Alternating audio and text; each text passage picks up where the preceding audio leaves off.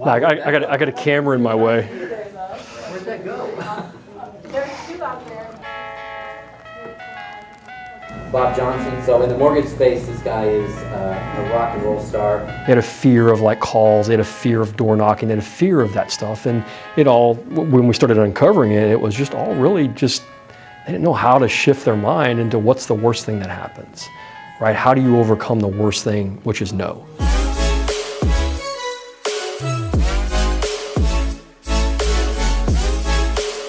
You know, we operate a business that's very different. I operate on three things very, very consistently: educate, communicate, and execute.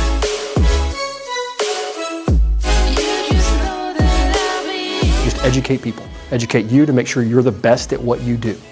Educate the clients to make sure that they are the smartest in making decisions about home ownership.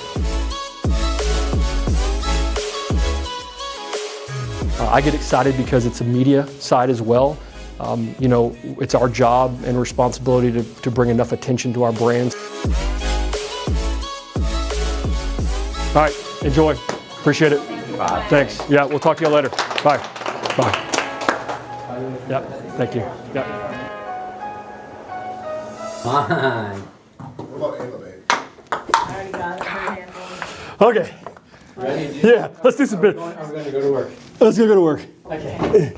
That was So fun, Bob. fun. Oh yeah. See, this is, I mean, Most fun office I've ever been in. we I feel like I'm like. gotta have a little bit of fun every now and again, right? It's fun to watch a marketer. It's really, really awesome to watch. You don't see very many people, even at the best, people don't even dabble in what you're playing with. So Oh, thank your you. imagination is great. You're creative. I'm sure your team, but you're very creative. And Do you mic yourself every day? Yeah.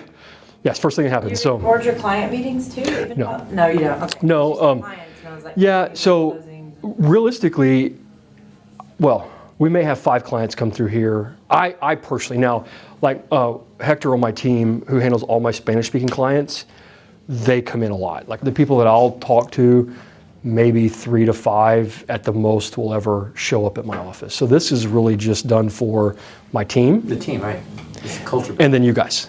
Well, I had 9 agents in here last night till 9 o'clock. Playing ping pong, or were they? Well, no. It was a mindset conversation. I mean, it was a KW team lead asked her agents to come in and just talk, and I could quickly see where they were struggling. They had a fear.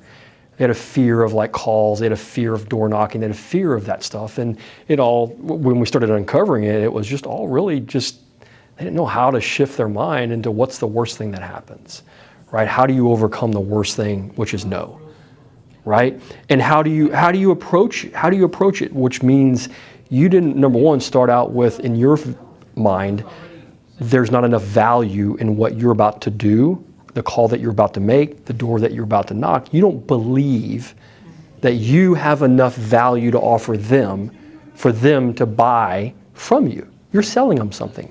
And who the hell wants to be sold? What would you do if somebody, a realtor, knocked on your door or called you, selling you something? You'd probably say, no, thank you. I'm okay. I got Who wants this. to sell at a substandard service? Right. If you don't believe in yourself. Right. And so and that's really where that, I mean, it was That's awesome.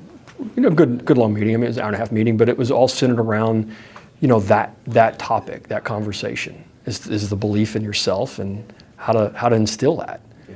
Right. And then, they asked me, like, I mean, after 22 years, how do you stay where you are? I'm like, because I wake up every day with my back against the wall, come out swinging and fighting. I mean, it's a mindset, right? If I get comfortable, I lose it. Exactly. Right? I mean, I love being uncomfortable. Love being uncomfortable, because that keeps me focused. I mean, anytime I've ever been comfortable, I've lost. Yeah. I mean, because I take things for granted. I get too cocky, right? I know I got this, and sure enough, Something happens. some young whippersnapper, Yeah. right, comes in and takes it from me, or whatever. I mean, Plus, but- it gets more exciting the more you're challenging yourself. And Yeah. Then you're like, oh, I'm waking up for something. It's challenging. well, You don't want to get easy is not ever a good place to stay, in my opinion. agree. And we actually talked about that as well, because I played baseball, and I said, look, I treat everything as like an at bat and an inning, because I can't look at winning the game. That's like looking at what you want your annual production to be, your annual income to be. You're going to miss if that's all you're focused on.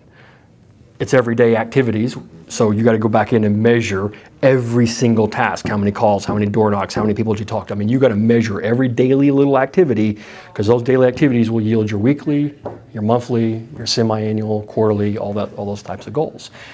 And that's how you, in my mind at least, that's how you overcome fear, because it gets you in the habit of doing it every day.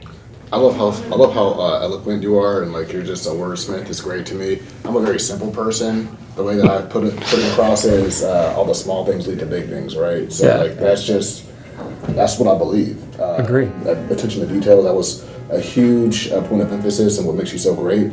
And it shows like in the manifestation of this business over 22 years. So I just want to congratulate you. It's great. Dude, thanks, man. You know. Appreciate that.